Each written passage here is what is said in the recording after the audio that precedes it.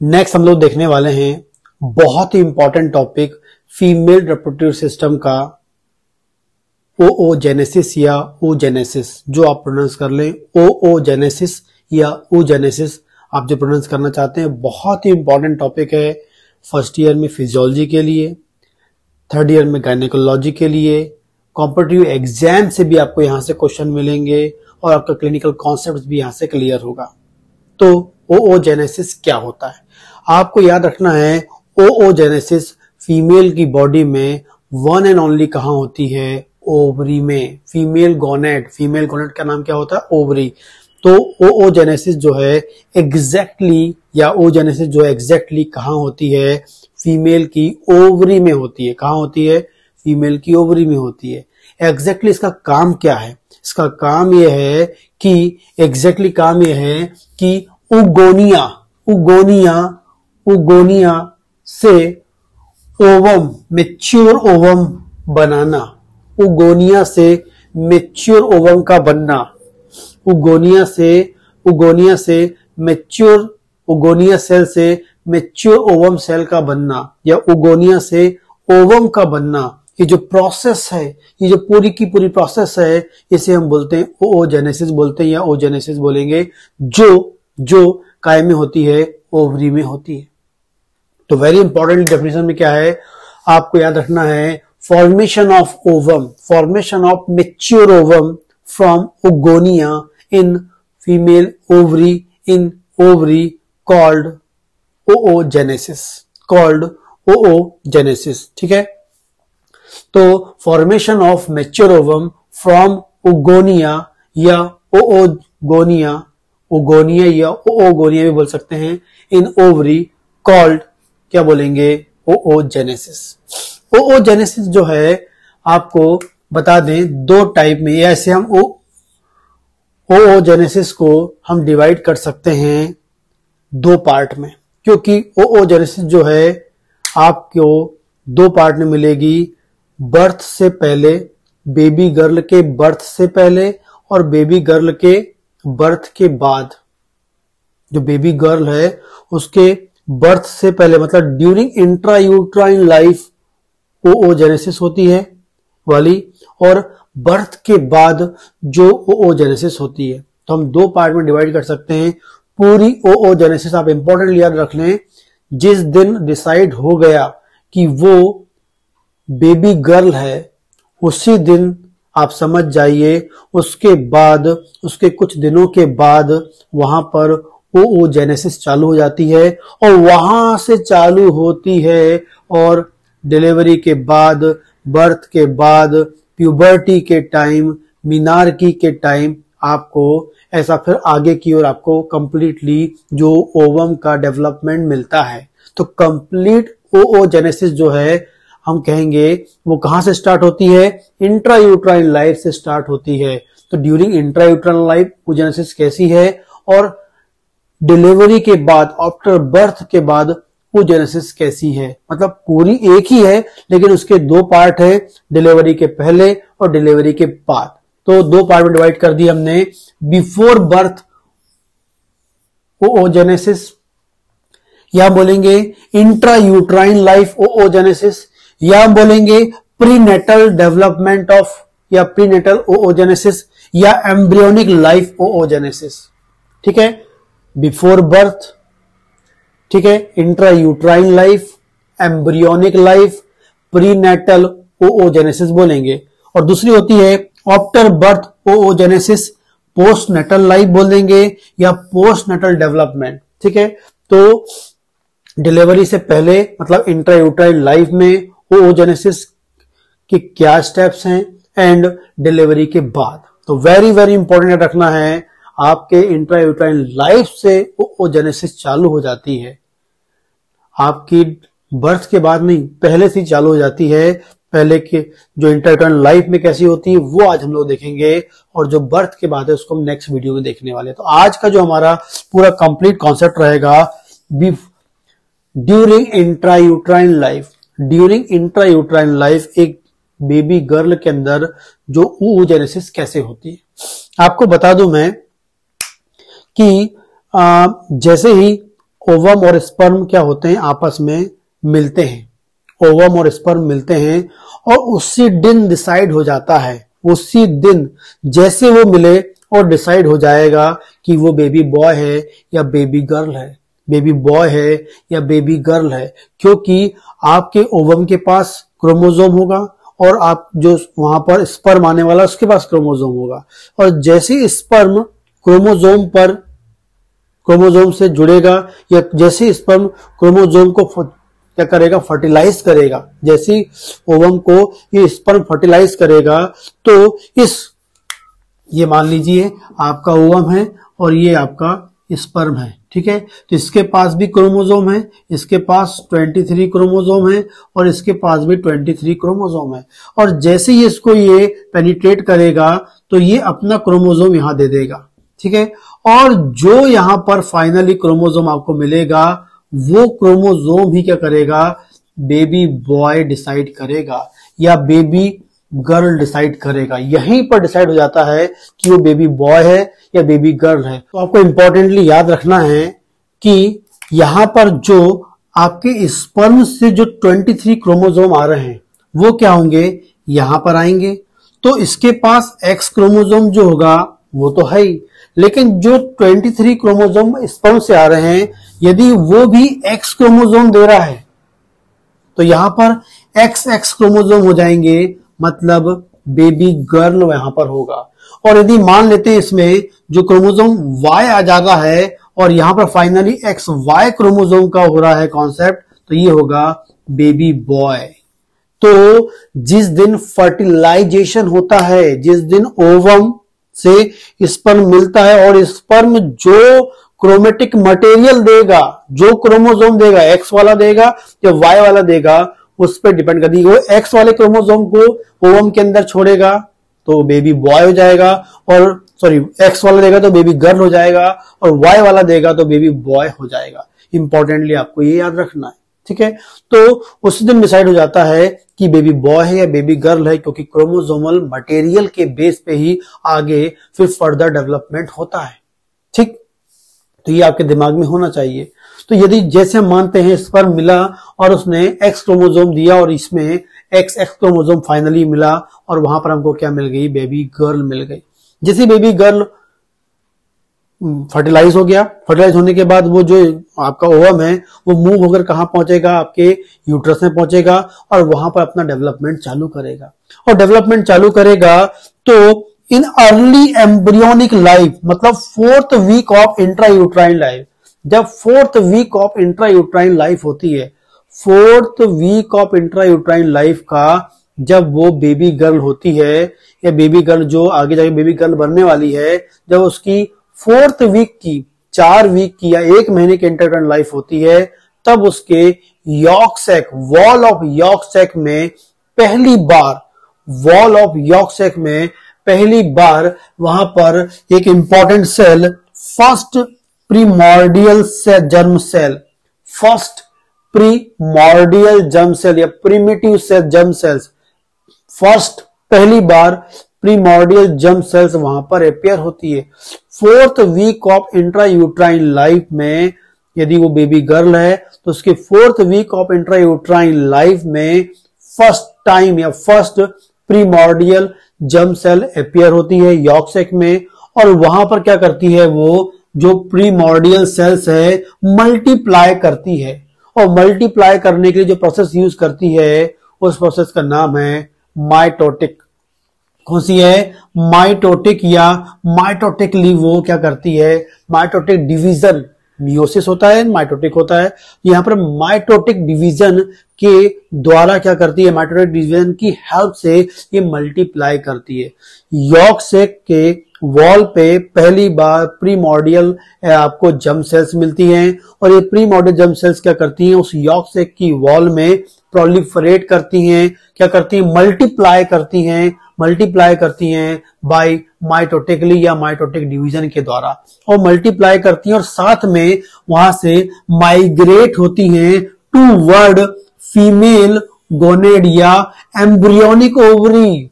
मैंने आपको बताया था ऊ या ओजेनेसिस जो होता है oogenesis या oogenesis जो होता है वो एग्जैक्टली कहाँ होता है, ओवरी में होता है। तो ये जो आपकी जो प्रीमॉर्डियल जो जर्म सेल्स हैं ये माइटोटेकली क्या करती हैं, अपनी संख्या को बढ़ाती हैं, रेप्लिकेट ग्रोथ करती हैं, मल्टीप्लाई करती हैं और उसके बाद माइग्रेट होती हैं उस बेबी जो बन रहा है, डेवलप हो रहा है वहां की ओवरी की ओर, जिसे हम एम्ब्रियोनिक ओवरी बोलेंगे, या फीमेल गोनेट की ओर या एम्ब्रियोनिक ओवरी की ओर जाती है और वहां जाकर ये जो प्रीमॉर्डियल सेल्स है वहां पहुंच जाती है। प्रीमॉर्डियल जर्म सेल्स क्या होती है, फाइनली एम्ब्रियोनिक ओवरी में पहुंच जाती है। ये जो प्रीमॉर्डियल सेल्स होती है जो एम्ब्रियोनिक ओवरी में आ गई है, इस प्रीमॉर्डियल सेल्स की क्या प्रॉपर्टीज होती हैं, क्योंकि ये कॉम्पिटिटिव एग्जाम में आता है। ये जो प्रीमॉर्डियल सेल्स जो मल्टीप्लाई होकर जो फाइनली एम्ब्रियोनिक ओवरी में पहुंची हैं, क्योंकि हम इंट्रायूटेराइन लाइफ की बात कर रहे हैं, तो वो जो प्रीमॉर्डियल सेल्स है उसमें क्रोमोसोम होते हैं कितने, 23 क्रोमोसोम फ्रॉम फादर मतलब स्पर्म से आते हैं, फ्रॉम 23 क्रोमोसोम मदर क्योंकि वो ओवम में ही होते हैं। तो उसमें 46 क्रोमोसोम होते हैं टोटल, जिसमें से 23 कहां से आते हैं, स्पर्म के द्वारा फादर से आते हैं, और 23 क्रोमोसोम जो होते हैं वो ओवम में रहते हैं फीमेल के ही। ठीक है, टोटल 46 मतलब प्रीमॉर्डियल जर्म सेल्स जो एम्ब्रियोनिक ओवरी में है, जो मल्टीप्लाई होके आई है, उसमें क्रोमोसोम कितने होंगे, उसमें होंगे टोटल 46 क्रोमोसोम होंगे। ठीक है, इसका मतलब है वो डिप्लॉयड नंबर में होंगे। किस नंबर में होंगे, डिप्लॉयड नंबर में होंगे। किस नंबर में होंगे, डिप्लॉयड नंबर में होंगे, और इनकी संख्या होगी 2n। तीनों कॉम्पिटिटिव एग्जाम के क्वेश्चन है कि प्रीमॉर्डियल जर्म सेल में, प्रीमॉर्डियल जर्म सेल्स नाम याद रखना, जर्म सेल्स में कौन से कितने क्रोमोसोम होंगे, 46 होंगे। ये डिप्लॉयड होगा, ठीक है, डिप्लॉयड नंबर में होंगे, एंड 2n हम इसे बोलेंगे। कितनी संख्या होगी, 2n होगी। ठीक, आगे बात करेंगे। इसके बाद ये क्या होगी, जो प्रीमॉर्डियल सेल्स क्या होगी, फाइनली और मल्टीप्लाई करेंगी, एंड मल्टीप्लाई करके माइटोटेकली मल्टीप्लाई करके फाइनली एक नई सेल फॉर्म करेंगे, जिसका नाम होता है ओओगोनिया। उगोनिया बोल दें या ओओगोनिया बनाएंगी, उगोनिया या ओओगोनिया फॉर्म करेंगी। तो मतलब प्रीमॉर्डियल जर्म सेल जो है वो माइटोटेकली मल्टीप्लाई करती हैं, मूव होती ओवरी में आती हैं, और वहां और मल्टीप्लाई करती हैं, और फाइनली वहां क्या बनाती हैं, उगोनिया बनाती हैं या ओओगोनिया फॉर्म करती हैं। ये पहला हम इसे बोलेंगे। सेकेंड इंपॉर्टेंट सेल यहां बनी ओओगोनिया। क्या बन गया है, ओओगोनिया बन गया है। इस ओओगोनिया से ही ओवम बनना है। ठीक है, तो ये जो ओओगोनिया है जो बना है, इस ओओगोनिया में हम जब स्टडी करते हैं तो इसमें भी क्या होगा, 46 क्रोमोसोम होंगे इसमें। ये भी कैसा होगा, डिप्लॉयड नंबर में होंगे क्रोमोसोम, 2n होंगे, and surrounded by flat epithelial cells. Surrounded by flat epithelial cells. ये सराउंडेड होता है किससे, फ्लैट एपिथेलियल सेल्स। और ये जो एपिथेलियल सेल्स कहां से मिलती हैं, जो ओवरी की जो स्ट्रोमा होती है, ओवरी के अंदर होंगी, तो ओवरी की जो स्ट्रोमा होगी या जो ओवरी के एपिथेलियल सेल है, वहीं से ये बनती हैं, वहीं से ये फॉर्म होती है, वहीं से ओरिजिन होती हैं। कौन सी, फ्लैट एपिथेलियल सेल, और जो ओओगोनिया को कवर कर देती है। ठीक है, तो पहली जो सेल थी वो प्रीमॉर्डियल जर्म सेल्स थी, और दूसरी है आपकी ओओगोनिया सेल। दोनों की यदि हम बात करें, स्टडी करें, दोनों में क्रोमोसोम 46 है, दोनों डिप्लॉयड नंबर में, दोनों 2n है, लेकिन सिर्फ अंतर यह है कि इसमें फ्लैट एपिथेलियल सेल की कवरिंग मिलेगी, सराउंडेड होगा, ये नहीं होगा। कौन सा, प्रीमॉर्डियल सेल्स, प्रीमॉर्डियल जर्म सेल्स नहीं होगा। ठीक है, इसके बाद करते हैं, ये जो ओओगोनिया है मल्टीप्लाई करती हैं, लगातार मल्टीप्लाई करती हैं, माइटोटेकली मतलब माइटोटिक डिवीजन की हेल्प से लगातार मल्टीप्लाई करती हैं, और मल्टीप्लाई करके और अधिक मात्रा में ओओगोनिया बनती हैं। ये ओओगोनिया भी अब माइटोटिकली मल्टीप्लाई करती हैं, और बहुत सारे क्या बन जाती है, वहां पर ओओगोनिया बन जाती है। बहुत सारी ओओगोनिया बन जाती हैं ओवरी में। और आप याद रखें, 6 month of intra uterine life, इससे पहले वाले वीडियो में बताया मैंने, 6 month of intra uterine life में यदि हम देखेंगे 6 month of intra uterine life, 6 महीने की यदि इंट्रा प्रेगनेंसी हो गई, 6 महीने की इंट्रा लाइफ हो गई है, वहां पर देखेंगे तो उसकी ओवरी में, बेबी गर्ल की ओवरी में आपको 6 मिलियन, लगभग 6 मिलियन ओगोनिया मिलेंगे, या ओगोनिया आपको 6 मिलियन वहां पर मिलेंगे, याद रखना है। उसके बाद क्या होता है, इसमें से जो 6 मिलियन में से कुछ ओगोनिया जो है या ओगोनिया जो है वो डिजेनरेट हो जाते हैं, लेकिन कुछ डिजेनरेट हो जाते हैं, लेकिन जो मैक्सिमम जो ओगोनिया हैं वो अपने साइज में लार्ज होते हैं। उसके बाद डिवीजन नहीं होता है, उसका क्या होता है, वो अपने जो ओगोनिया जो बने हैं या ओगोनिया जो बने हैं उनका साइज इनलार्ज होने लगता है। क्या होने लगता है, साइज इनलार्ज होने लगता है। ठीक, फिर से एक बार यहां तक रिवाइज करते हैं। जैसी 4th वीक की इंटरटर्न लाइफ होती है, यदि वो बेबी गर्ल है तो उसमें फाइनली क्या होगा, आपकी पहली बार प्रीमॉर्डियल जर्म सेल अपियर होगी। ये जो प्रीमॉर्डियल जर्म सेल्स है, ये प्रीमॉर्डियल जर्म सेल्स जो है ये क्या होगा, यॉर्क सैक की वॉल में अपेयर होगी और वहां पर माइटोटिक डिवीजन से वो डेवलप करेगी अपनी, और डेवलपमेंट करेगी, मल्टीप्लाई करेगी, और मल्टीप्लाई करने के बाद ये जो प्रीमॉर्डियल जर्म सेल्स है ये मूव होकर जो एम्ब्रियोनिक ओवरी है, उस बेबी की ओवरी है, वहां मूव करेंगी और वहां आकर फाइनली एक नई सेल फॉर्म करेंगी जो है, जिसका माइटोटिकली मल्टीप्लाई करके नई सेल बनाएंगी। इसका नाम होता है, क्या बोलेंगे हम उसे, ओगोनिया या ओगोनिया हम बोलेंगे। ये जो ओगोनिया बना है, ये जो ओगोनिया बनी है जो ओवरी में, ये और अपने नंबर्स को बढ़ाती है, मल्टीप्लाई करती है, माइटोटिक डिवीजन के द्वारा और मल्टीप्लाई करती है, और मल्टीप्लाई करने के बाद आप बोलेंगे 6 मंथ पर आप समझ जाइए 6 मिलियन आपको मिल जाते हैं। 6 मंथ पर 6 मिलियन आपको मिल जाते हैं। इसमें से स्मॉल नंबर डिजेनरेट हो जाते हैं, लेकिन जो मैक्सिमम नंबर है जो ओगोनिया का, वो अब मल्टीप्लाई नहीं करता है, वो अपने साइज को इनलार्ज करता है। क्या करता है, वो अपने साइज को इनलार्ज करता है, और साइज को इनलार्ज करने के बाद साइज को इनलार्ज करता है एंड साइज को इनलार्ज करता है एंड वो माइटोटिक डिवीजन को स्टॉप कर देता है। माइटोटिक डिवीजन क्या हो जाता है, रुक जाता है। माइटोटिक डिवीजन को रोकता है और अपने साइज को इनलार्ज करता है। यदि माइटोटिक डिवीजन होता रहेगा तो संख्या बढ़ती रहेगी, लेकिन वो उसको ब्रेक करता है और वो डिवीजन नहीं होता है, वो क्या करता है, अपने साइज को इनलार्ज करता है। कौन, ओगोनिया। ओगोनिया जो है अपने साइज को इनलार्ज करता है, और इनलार्ज करता है ये जो इनलार्ज सेल होती है, जो इनलार्ज ओगोनिया है, इनलार्ज ओगोनिया जो है, ये जो लार्ज हो गया है, जो अपने साइज को इनलार्ज कर लिया है, साइज जिसने बढ़ा लिया है, वो वाला जो ओगोनिया है वो तैयार है, वो एंटर करने वाला है मियोसिस फर्स्ट में। कहां पर एंटर करने वाला है, मियोसिस फर्स्ट में एंटर करने वाला। वो इनलार्ज इसलिए हो रहा है, वो इनलार्ज होकर अपनी तैयारी कर रहा है कि वो अब उसको कहां एंटर करना है, वो एंटर करना है उसको कहां पर, मियोसिस में। वो इनलार्ज होता है, माइटोटिक को बंद करता है, इनलार्ज होता है, क्योंकि उसको अब मूव कहां करना, उसको अपनी आगे की प्लानिंग कहां जाना है, उसको मियोसिस में जाना है, मियोसिस फर्स्ट में जाना है। कहां जाना है, मियोसिस फर्स्ट में जाना है। तो ये जो इनलार्ज सेल है वो एंटर करता है इनटू मियोसिस फर्स्ट, और जो मियोसिस फर्स्ट में जो एंटर कर रहा है, ये जो इनलार्ज, मतलब ऐसी ओगोनी सेल जो जिसमें माइटोटिक डिवीजन बंद हो चुका है, जो इनलार्ज हो गई है और जो फाइनली इंटर होने के लिए तैयार है, कहां पर, मियोसिस में जाने के लिए। 3 इंपॉर्टेंट पॉइंट याद रखना है। ऐसी ओगोनिया या ऐसी ओगोनिया सेल जिसमें माइटोटिक डिवीजन स्टॉप हो चुका है, जो साइज में लार्ज हो गई है, और जो बिल्कुल एंटर करने वाली, तैयार एंटर करने के लिए मियोसिस फर्स्ट में, उस टाइप की इनलार्ज ओगोनिया सेल को हम क्या बोलते हैं, प्राइमरी oocyte। उसका नाम हो जाता है प्राइमरी oocyte।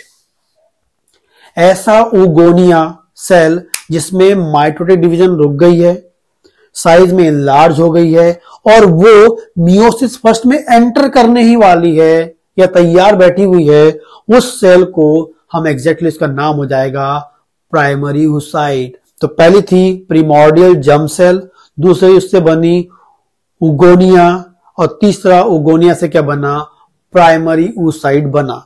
ये जो प्राइमरी oocyte बना है, जो इनलार्ज उगोनिया है जिसके अंदर माइटोटिक डिवीजन रुक चुका है और जो मियोसिस फर्स्ट में जाने के लिए तैयार है, उसे हमने क्या बोला है, प्राइमरी oocyte बोला है। ये जो प्राइमरी oocyte है, यदि हम इसकी स्टडी करते हैं तो इसमें भी क्रोमोसोम नंबर या 46 क्रोमोसोम होंगे। ये भी कैसा होगा, डिप्लॉइड होगा। ये भी, इसके भी डिप्लॉइड नंबर होंगे, 2n इसको भी हम बोलेंगे। इसमें भी एपिथेलियल सेल्स प्रेजेंट होगी, एपिथेलियल सेल्स इसमें प्रेजेंट होगी, फ्लैट एपिथेलियल सेल्स में भी सेल्स होंगी। ठीक है, यहाँ भी एपिथेलियल सेल्स है, 46 क्रोमोसोम है, डिप्लॉइड नंबर में है 2n। ये आपको 4 इंपॉर्टेंट पॉइंट याद रखना है। ठीक है, लेकिन इसमें इंपॉर्टेंटली क्या है, इसमें माइटोटिक डिवीजन क्या हो गया है, बंद हो चुका है, साइज में लार्ज हो चुकी है और मियोसिस में एंटर करने वाली है। ये इसमें प्रॉपर्टी आ गई है। ठीक है, इस सेल में प्रॉपर्टी, इसलिए इसका नाम क्या हो गया है, प्राइमरी oocyte हो गया है। अब ये जो प्राइमरी oocyte है जो मियोसिस में एंटर करने वाली है, मियोसिस में एंटर करने वाली है, ये मियोसिस में एंटर करने से पहले एक और काम करती है। ये जो प्राइमरी oocyte है मियोसिस फर्स्ट में एंटर करने से पहले एक और काम करती है। जैसे वो एंटर करने वाली थी उससे जस्ट पहले ये प्राइमरी oocyte में जो 46 क्रोमोसोम है उसका एग्जैक्टली वहां पर रेप्लिकेशन होता है और 46 के डुप्लीकेटेड बन जाते हैं, मतलब 46 के और 46 क्रोमोसोम बन जाते हैं, वैसे डुप्लीकेट क्रोमोसोम बन जाते हैं। एग्जैक्टली वो मियोसिस फर्स्ट में जाने से पहले ये प्राइमरी oocyte में एक और बदलाव होता है, जिसमें क्या होता है, उसका जो क्रोमोसोम है या उसका जो डीएनए है उसमें रेप्लिकेशन होता है और उसमें 46 क्रोमोसोम डुप्लीकेटेड हो जाते हैं। मतलब 46 क्रोमोसोम थे, उसके ही डुप्लीकेट और 46 बन जाते हैं, बिल्कुल डुप्लीकेट कॉपी वहां बन जाती है जस्ट मियोसिस से पहले, जस्ट मियोसिस फर्स्ट से पहले प्राइमरी oocytes में। तो एक और बदलाव मिलता है हमको, वहां पर आपको मिलता है 46 क्रोमोसोम के डुप्लीकेट वहां पर हो जाते हैं और डुप्लीकेट नंबर और फॉर्म हो जाते हैं। ठीक है, तो ये आपको मिलता है, क्या होता है, फर्स्ट मियोसिस के पहले। और जैसे डुप्लीकेट नंबर वहां बन जाते हैं, डुप्लीकेट 46 क्रोमोसोम हो जाते हैं, ठीक है, तो वो मियोसिस फर्स्ट उसमें स्टार्ट हो जाती है।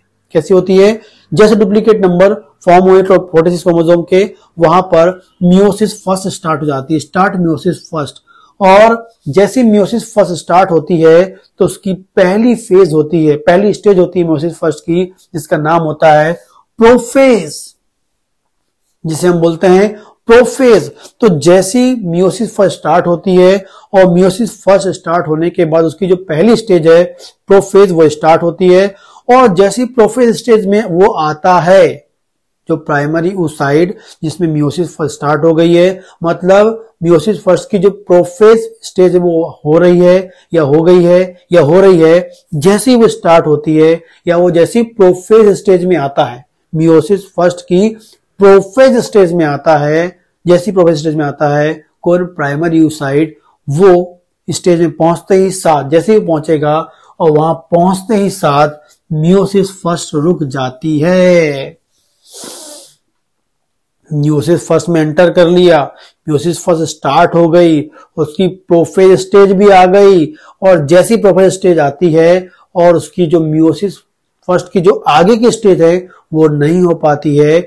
मियोसिस फर्स्ट जो है वो प्रोफेज, जो मियोसिस फर्स्ट की जो प्रोफेज स्टेज है वहीं रुक जाती है, वो अरेस्ट हो जाती है, वहीं पर वो प्रोसेस रुक जाती है। तो इंपॉर्टेंटली याद रखना है, मियोसिस फर्स्ट में प्राइमरी oocyte गया और मियोसिस फर्स्ट की प्राइमरी oocyte में प्रोफेज स्टेज हुई और जैसी प्रोफेज स्टेज में वो oocyte पहुंचता है, प्राइमरी oocyte पहुंचता है, ठीक है, प्रोफेज स्टेज में, वो प्रोफेज स्टेज जो है जैसे पहुंचेगा और उसके बाद वो प्रोफेज स्टेज कैसे जाएगी, रुक जाएगी, वो क्या हो जाएगी, स्टॉप हो जाएगी।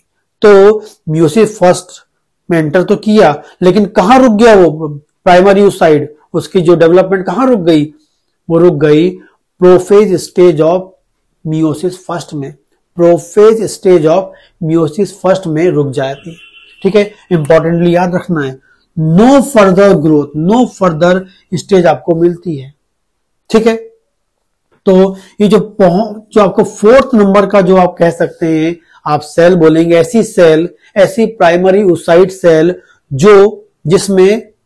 जिसमें जो प्राइमरी ऐसी oocyte सेल जो प्रोफेज स्टेज में फंसी हुई है, जो प्रोफेज स्टेज में रुक गई है, उसकी जो ग्रोथ है प्रोफेज स्टेज में रुक गई है, मियोसिस फर्स्ट की प्रोफेज स्टेज में रुक गई है, वो हम बोलेंगे। ठीक है, तो पहली थी आपकी कौन सी, primordial cell, primordial germ cell, फिर ओगोनिया सेल या उगोनिया सेल, फिर प्राइमरी oocyte सेल। ठीक है, ठीक है, और जो फोर्थ नंबर की जो है सेल जिसमें प्राइमरी oocyte तो है लेकिन उसका जो मियोसिस फर्स्ट का जो डेवलपमेंट है वो प्रोफेज स्टेज में रुक गया है। ठीक है, तो यहां पर आपको मियोसिस फर्स्ट जो है आपको अरेस्ट मिलेगी। एग्जैक्टली कौन सी फेज बोलेंगे हम उसे, प्रोफेज फेज बोलेंगे। ऐसी प्रोफेज फेज वाला जो प्राइमरी oocyte है या ऐसी प्रोफेज फेज की कंडीशन जो है वो उसमें क्या होंगे, 46 क्रोमोसोम तो होंगे, लेकिन वो कैसे होंगे, डबल स्ट्रक्चर्ड होंगे, क्योंकि आपको बताया था इसमें एंटर होने से पहले 46 की डुप्लीकेट बन गए थे। तो 46 क्रोमोसोम होंगे लेकिन कैसे होंगे, but double structured.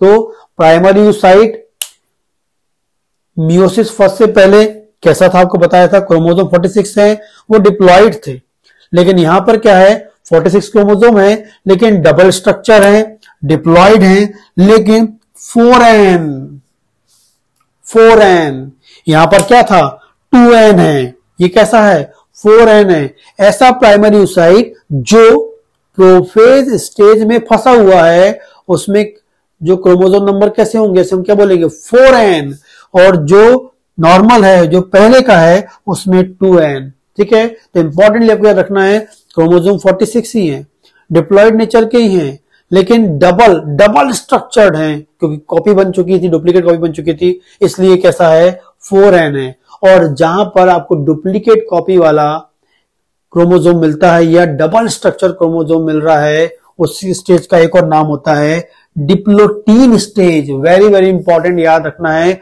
Diplotene competitive exam में आता है। डिप्लोटीन स्टेज हमको कहां मिलती है, डिप्लोटीन स्टेज हमको मिलती है ऐसे प्राइमरी oocyte में जो मियोसिस में एंटर कर चुका है, लेकिन मियोसिस फर्स्ट में एंटर कर चुका है, लेकिन मियोसिस फर्स्ट में एंटर करने के बाद वहीं पर वो फंस गया है, मतलब वहीं उसकी ग्रोथ रुक गई है, स्टॉप हो चुकी है, अरेस्ट हो चुकी है, और जहां वो मियोसिस फर्स्ट रुकी हुई है उस स्टेज का नाम होता है प्रोफेज। तो मियोसिस फर्स्ट की प्रोफेज स्टेज में फंसा हुआ, रुका हुआ जो ग्रोथ वाला जो प्राइमरी oocyte है उसको हम क्या बोलते हैं, डिप्लोटीन स्टेज बोलते हैं।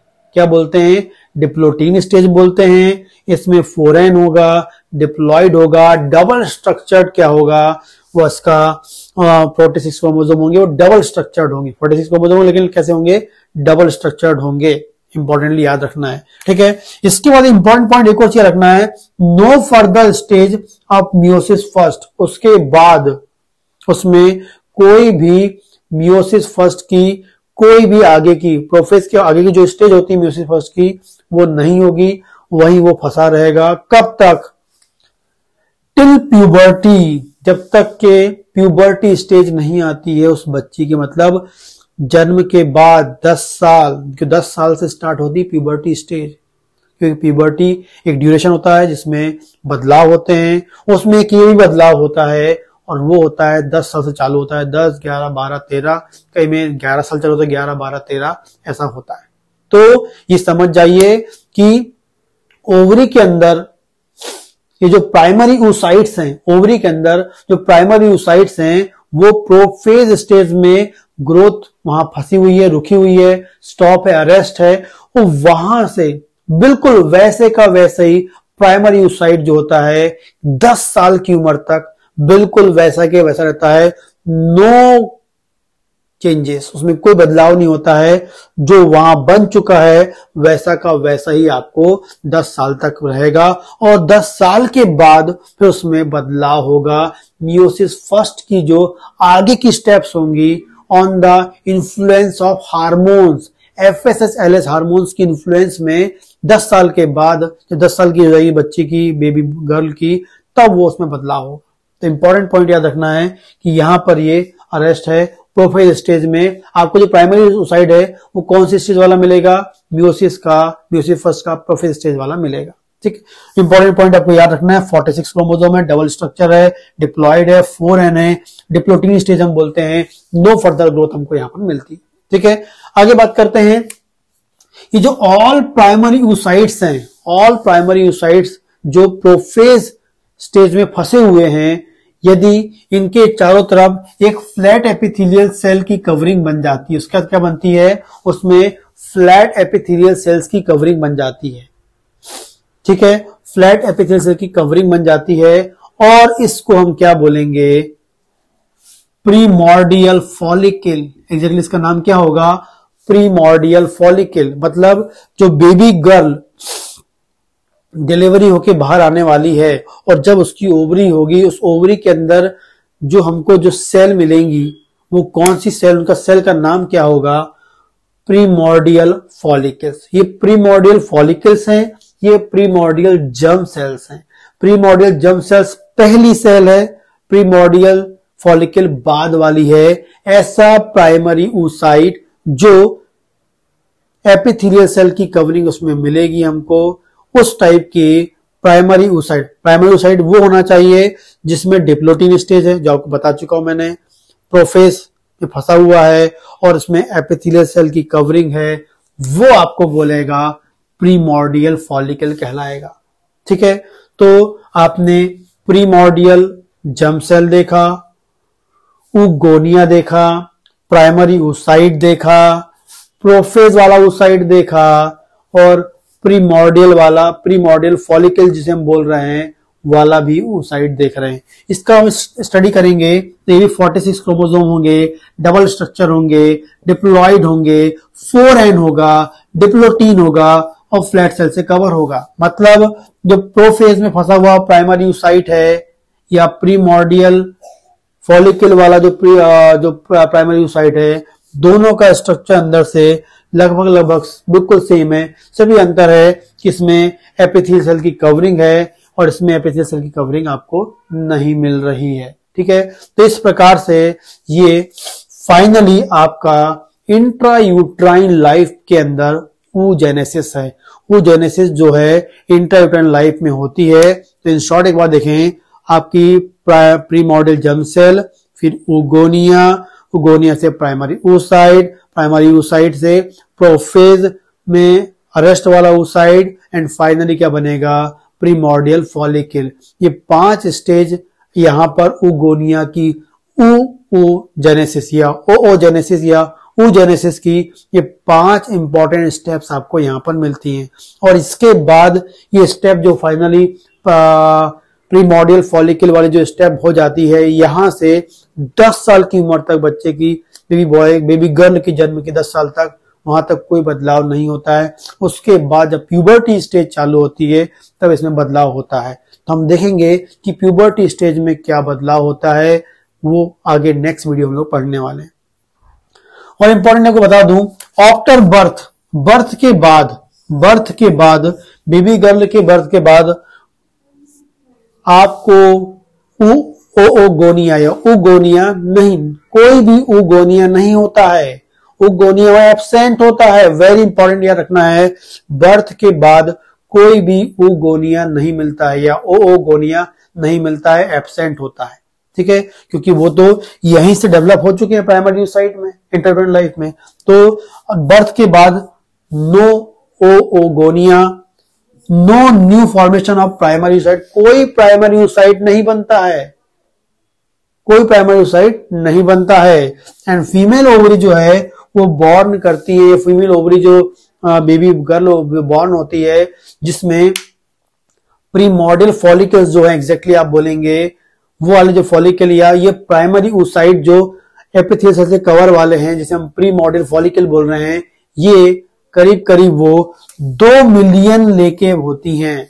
2 मिलियन उसमें होते हैं एट बर्थ ऑफ बेबी का जब बर्थ होता है तब 2 मिलियन होते हैं। 6 मंथ में आप देख रहे थे नंबर ऑफ सेल कितनी थी, यहां पर 6 मिलियन थी, यहां पर फाइनली जो है आपको 2 मिलियन मिल रही है। एंड एट प्यूबर्टी ये होते हैं 4 लाख। एट प्यूबर्टी क्या होते हैं, 4 लाख क्या होते हैं, ये आपको 4 लाख आपको एट प्यूबर्टी मिलते हैं। प्यूबर्टी में 4 लाख हो गया, एट बर्थ 2 मिलियन हो गया, 6 मंथ पे 6 मिलियन आपको ये सेल्स मिलती हैं ओवरी के अंदर।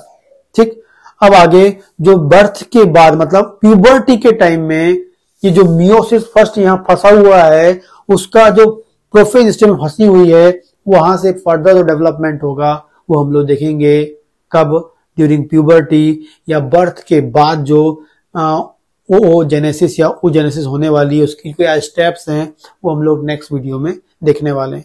यदि इसी प्रकार के कॉन्सेप्ट्स आप चाहते हैं,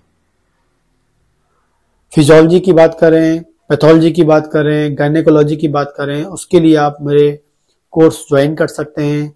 ऐप को इंस्टॉल करना पड़ेगा जो डिस्क्रिप्शन में दिया हुआ है। फर्स्ट ईयर में आप ज्वाइन कर सकते हैं फिजियोलॉजी, ज्वाइन कर सकते हैं आप क्या मैटरनिटी का organ of medicine, second year में जनरल पैथोलॉजी ज्वाइन कर सकते हैं, थर्ड ईयर में गायनेकोलॉजी ज्वाइन कर सकते हैं, एंड फाइनल ईयर की बात करें इंटर्नशिप में हम बात करेंगे, वहां ज्वाइन कर सकते हैं बच्चे क्या अपनी इंटर्नशिप के बाद क्लिनिकल प्रैक्टिस चालू करते हैं। क्लिनिकल प्रैक्टिस में 12 टिश्यू रेमेडीज से कैसे हमको प्रैक्टिस करनी है वो हम लोग वहां से ज्वाइन करके अपनी प्रैक्टिस को इंप्रूव कर सकते हैं। और इसके अलावा कोई क्वेश्चन तो आप मुझे कमेंट करके पूछ सकते हैं।